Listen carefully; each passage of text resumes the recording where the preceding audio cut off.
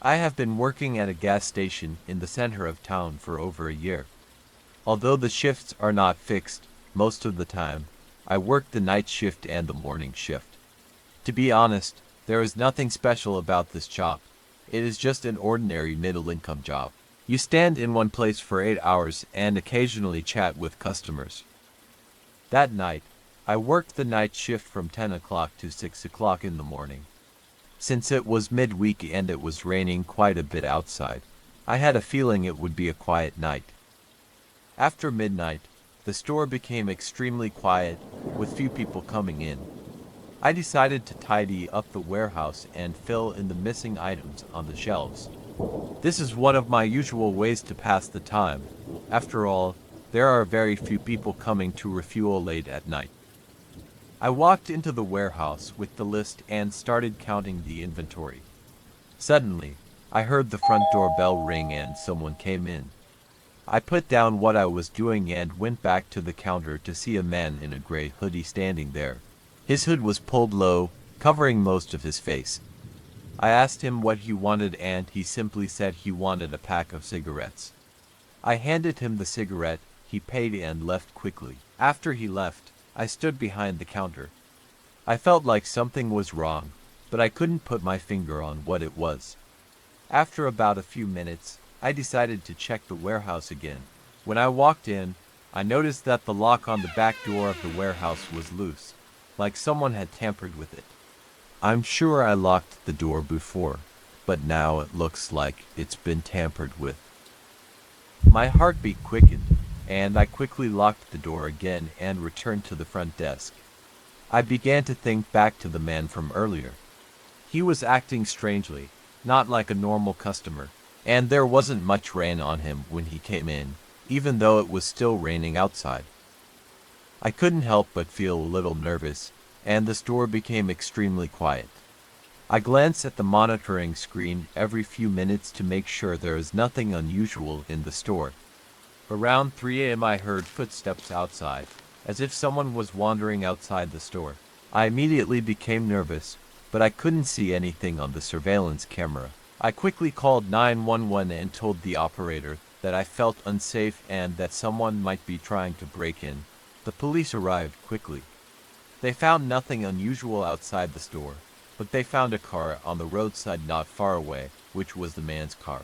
The car was out of gas and the license plate didn't match. Police told me the car was stolen from another state. Although nothing happened in the end, I couldn't help but be afraid after knowing this.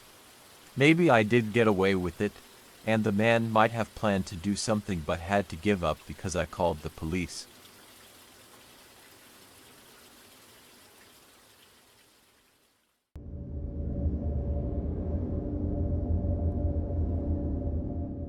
It was a rainy day, and the constant patter of raindrops against my car window blurred the view outside. I had just finished my shift at the late-night diner, driving along the country road to get home. The bare trees by the roadside looked particularly eerie in the rain, and occasionally, a few dilapidated houses came into view, their rooftops drenched and emitting a faint glow. The sound of the rain mixed with the noise of my tires on the wet road, making the night feel even lonelier. Despite this, I felt a bit relieved after all. Tonight's work had been lighter than usual. As I drove along the dark and winding road, I noticed a small parking lot by the side of the road. The lights from a nearby clothes shop barely illuminated the area, but under one of the faint lights, I could see a figure. It was a woman, standing still, her hand raised as if she were trying to wave someone down. I slowed the car and realized that the woman appeared to be in her mid-50s, maybe a bit older. She was tall and thin, with wet clothes clinging to her body from the rain. I rolled down my window and called out, "Do you need a ride?" She quickly walked over to the car and opened the door, thanking me profusely, calling me a hero. "Where are you headed?" I asked as she settled into the passenger seat, rainwater dripping from her clothes and soaking the seat. She smiled and replied, "Just up the road to town." Despite her wet and slightly disheveled appearance, she seemed friendly, though I couldn't help but notice that she was missing a few teeth. Her presence was unsettling, yet I couldn't leave her out in the cold rain. We continued driving through the rain, the woman occasionally making small talk. There was something off about her, but I pushed those thoughts aside, focusing on the road ahead. As we reached an intersection with a gas station, I decided to pull in. "Do you need anything from inside?" I asked, still trying to be kind. She politely declined, so I went inside to pay for gas and pick up a few things for the weekend. But when I returned to my car, the woman was gone. I looked around the small parking lot, but there was no sign of her. Confused and slightly uneasy, I filled up my car and continued home. When I arrived, I hurried inside to escape the rain. My apartment was on the first floor of a two-family house, with the tenant living upstairs. I locked my door behind me and set my things on the counter, but a lingering sense of unease followed me. Even after taking melatonin, I found it hard to sleep that night. My mind kept drifting back to the woman, wondering where she had gone. At some point, I thought I heard faint noises outside my bedroom, but I dismissed them as my upstairs neighbor. Eventually, I fell asleep, but I woke up in the middle of the night, which was unusual after taking melatonin. I felt drowsy and thirsty, so I reached for my water bottle on the bedside table. That's when I noticed someone crouching in the corner of my bedroom, barely visible in the darkness. I thought I was hallucinating. I shook my head, trying to clear my mind, even slapped my face to snap out of it. But then, the figure in the corner stood up and walked out of the room. I didn't scream or call out. I just sat there, paralyzed with shock. The most disturbing part was that I heard no sound, no footsteps, no door closing, nothing. Terrified, I grabbed my phone and called my dad, who was confused by my late-night call.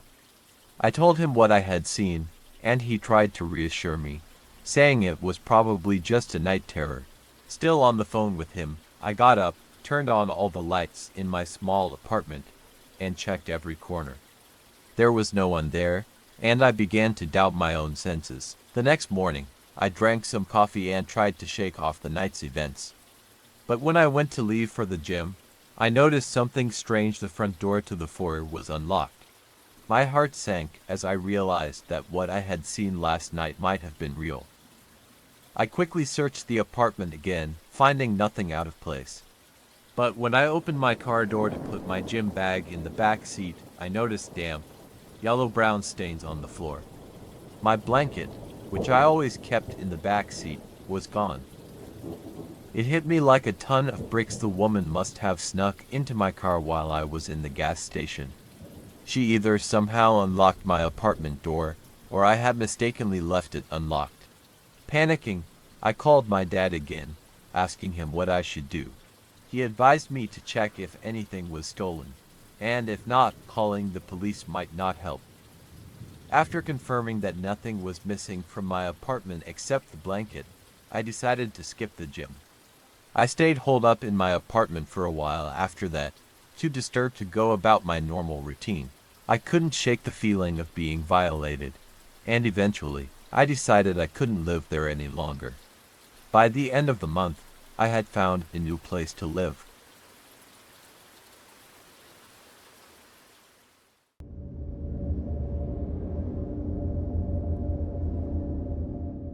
This happened a few months ago, and I still vividly remember that cold, rainy night. I originally didn't plan to go out, but my friend Jack insisted that I accompany him to a party at a friend's house. I didn't know the host, but Jack seemed close to him, so I reluctantly agreed. By the time we arrived at the rural cottage outside the city, night had already fallen. Jack suggested I leave my phone in the car, saying that the signal was poor at the party location and that my phone might get wet or lost. Though hesitant, I decided to listen to him, thinking nothing would go wrong. We walked into the cottage, which was already packed with people. Laughter and music filled the air, creating an intoxicating atmosphere. I followed Jack through the crowd but soon realized I was completely ignored. So, I found a corner and silently drank a few glasses, trying to blend into this unfamiliar environment. Time passed, and I realized I had drunk a bit too much. My head started spinning, and my vision became blurry. I decided it was time to go home, so I went to find Jack, but no matter where I looked, I couldn't find him. I asked a few people, but they all said they hadn't seen him. It was only then that I realized Jack might have already left, and I had no way to contact him because my phone was still in the car. Feeling helpless, I decided to walk back home. Although my house wasn't too far from the cottage, the rain was getting heavier, and the cold wind cut through me like a knife. I stumbled along the road for a while, realizing that in my condition, walking home would be very difficult. So, I stood by the roadside, hoping to hitch a ride. Several cars sped past, splashing water that soaked me even more. Just as I was about to give up, a black sedan stopped in front of me. The window rolled down slowly, and a middle-aged man with a graying beard asked if I needed a ride. Feeling a glimmer of hope, I nodded and got in. After telling him my address, I gratefully sank into the seat. The car was warm and comfortable, and my fatigue gradually overtook me, nearly putting me to sleep. The driver tried to make small talk, but I was too disoriented to respond coherently. As the car continued, I began to feel uneasy. Suddenly, I noticed we had passed the turn to my street. I told the driver he was going the wrong way, but he just smiled and said, "Don't worry, I know a shortcut." The chill ran down my spine, and my instincts told me something was wrong. At that moment, I noticed him lightly touching my arm. My heart raced, but my body felt too weak to react immediately. Fear gripped me as his expression grew darker. "It's not very wise to hitchhike late at night," he said, his voice carrying a sinister tone. Just as I was losing hope, a flashing light appeared in the distance. It was a police car. The driver seemed to realize he was being watched and quickly let go of me, bringing the car to a sudden stop. Without waiting for the car to fully stop, I threw the door open and stumbled out. The police officer rushed to my side, and I shakily told him what had happened. The driver, realizing he was in trouble, sped away. Fortunately, the officer didn't pursue him, but instead safely drove me home. Since then, I've never hitchhiked with a stranger again, and I've become much more cautious, ensuring I never put myself in such a dangerous situation.